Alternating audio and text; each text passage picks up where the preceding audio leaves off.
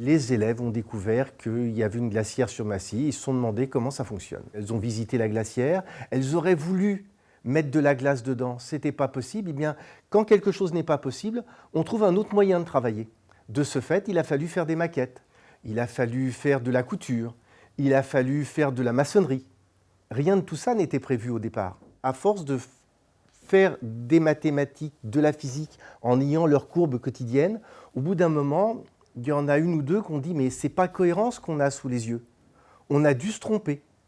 Ça, c'est le moment merveilleux, on s'est trompé, eh bien on va trouver la bonne voie et après on trouve forcément la bonne voie. C'est ce que permet l'atelier que ne peut pas permettre le cours.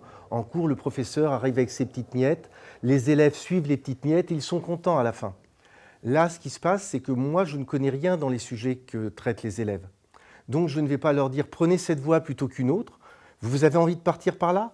On y part, j'écoute si c'est cohérent. Mais quand on s'est trompé une fois, quand après on part dans une direction, ça va beaucoup plus vite.